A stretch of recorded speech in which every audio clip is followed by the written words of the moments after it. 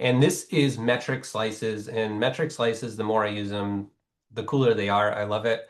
Note that this is an enterprise feature, but we released this in 4.2, but in 4.3, we've gotten just like a huge upgrade to this. And what slices are is basically lets you break down your metric into different categories. And the real kind of benefit here is that you can set this up once and then just have it populated for all of your experiment results without having to do anything extra. And you can see here the way that it's broken down in this experiment result screenshot where we have a feature adoption rate metric, but it's broken out into the different plans. And so you can see the lift compared or relative to the other plans. And again, I'll let Luke kind of give you some more information on this. Awesome. Thanks, Ryan.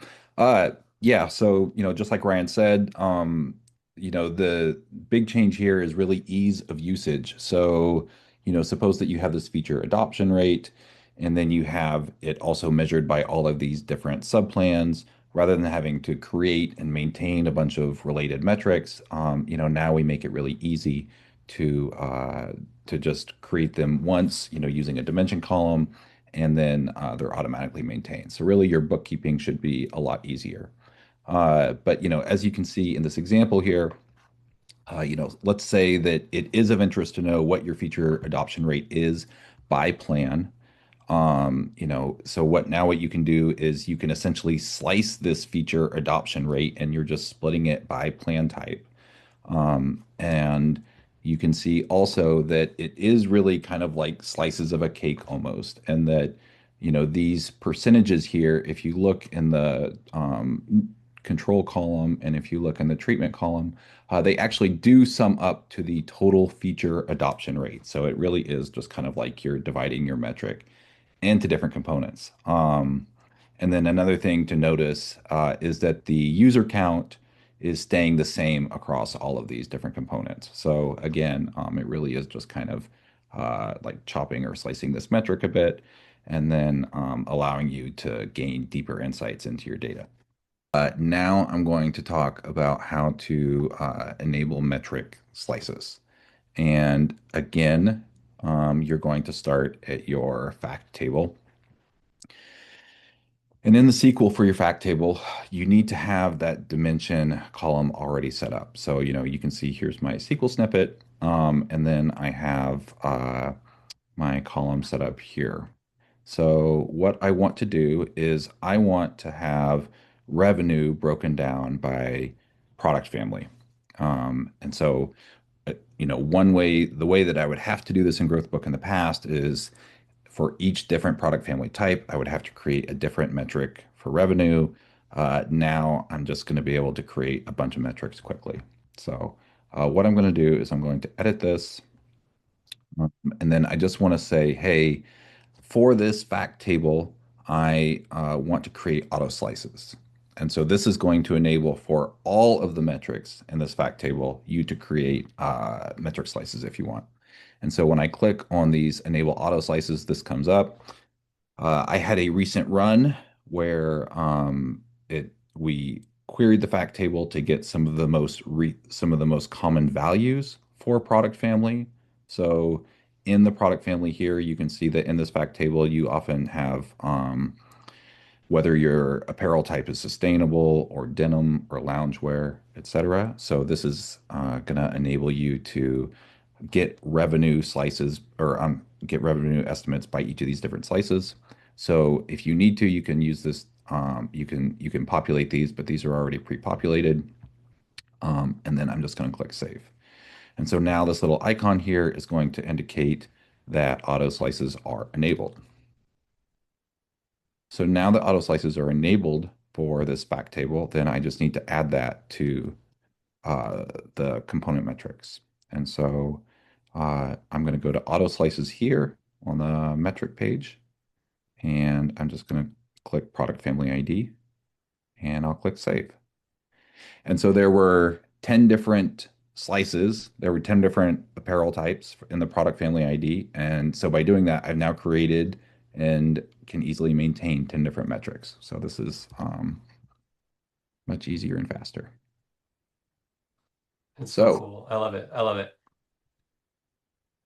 Yeah, thanks, Ryan. I think and Audriel, I definitely need to give him a lot of credit here. He put a ton of work into this, and I don't know, maybe he should have presented it. You know, I feel like I feel like I don't necessarily deserve this, but that's okay. I guess I'll take it for now. So, another thing that Audriel put a ton of work into is also just redesigning our results page, which I'm super excited about. So, what I want to do is talk about that for just a minute.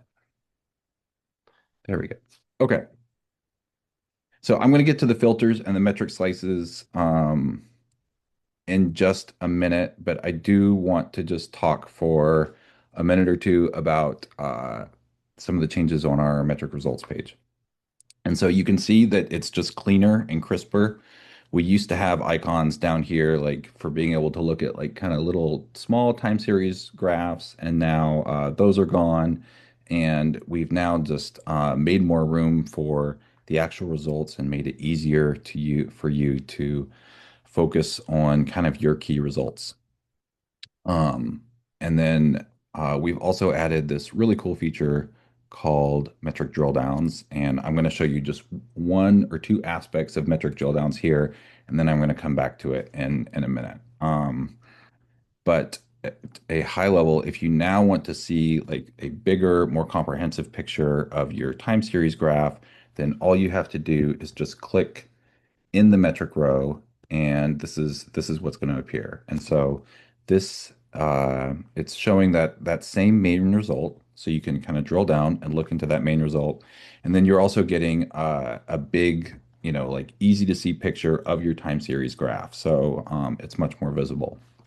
And then for customers who aren't quite as familiar with GrowthBook, all this time series graph is this confidence interval band right here is that rotated 90 degrees and then plotted over time. So you can see that we have two different variations here. And so there are two different confidence intervals. And so again, if you were to flip those and then create snapshots, historical snapshots over time, that's what you're seeing here. So just at a high level, I feel like this looks much better, and you're able to get other data that we're going to talk about in just a minute on some of these other tabs. But anyway, I feel like this looks great. So Yeah, um, second that. And part of the motivation for needing to move some of this stuff into the drill downs tab, which again is super easy to do, is we have additional functionality now. And a big part of that is additional functionality is the filters. So on the one hand, and I actually need to update these results here. Um, it's very empowering now that we have metric slices, and it's very easy to add all of these different components, add a lot of metrics to an experiment. But you can see that now that I've like easily added all of these, this is a ton of information to look at. So, and it's a lot of scrolling. So again, it's very empowering, it's great, but it's also a lot for the UI. And so one of the big new functionalities is filters, and these are super cool. So, for example, if you wanted to see your revenue breakdown and you just wanted to see it for sustainable, let's say, then you can just click on that, and the UI updates immediately. If instead you wanted to see something like just by all product family, then you can see that here, and you can see that and before there were some region slices shown, and all of those are hidden. Instead, if you wanted to see just region instead of product family, then that's showing up here. But really, the filters make it super fast and easy to be able to compare results across different metric slices, and or to see just a few different metric slices if you want. So it's giving you the ability to just focus on exactly what you want to look at. Yeah, it's so nice. So nice.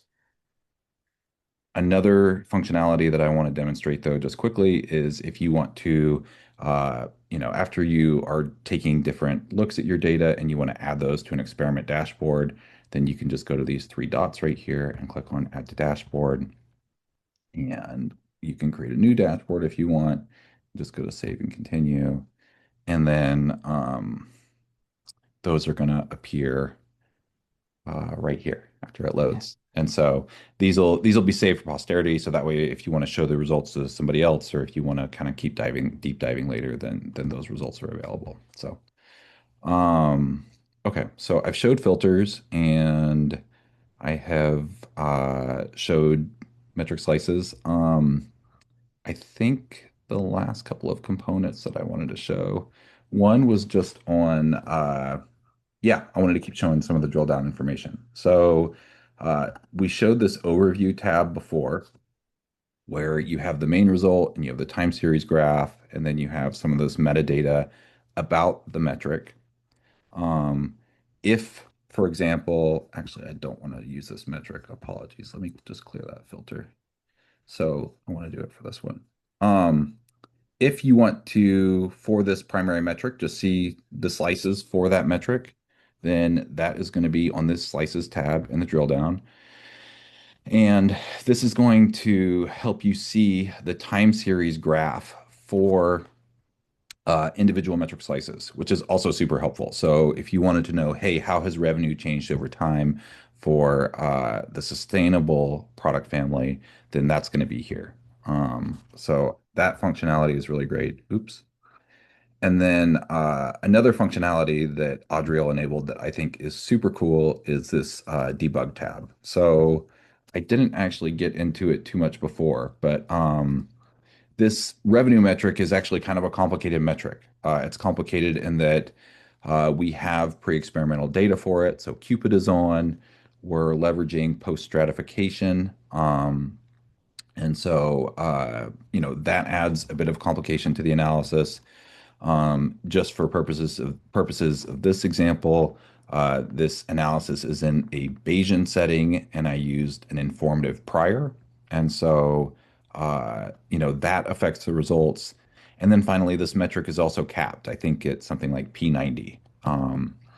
And just as a reminder, if you don't know what capping is, then it takes the largest values of your metric and it replaces them with still large but less large values. So if you cap at P90, then what that means is it's going to find the 90th percentile value for the metric, and every user outcome that is above that, it's going to replace it with that P90 value. Um, so I know all of this is a ton of information, but all of this is to say that you can have this complicated metric and you can have this complicated analysis, and we're going to enable you to easily see how all of these choices are affecting your final results. So as an example, you can see that so this is the primary result that was shown on the main page. And it's normal to ask the question, hey, what if we kept post stratification on, but we turn Cupid off? Like, how big of a difference is Cupid actually making in these results?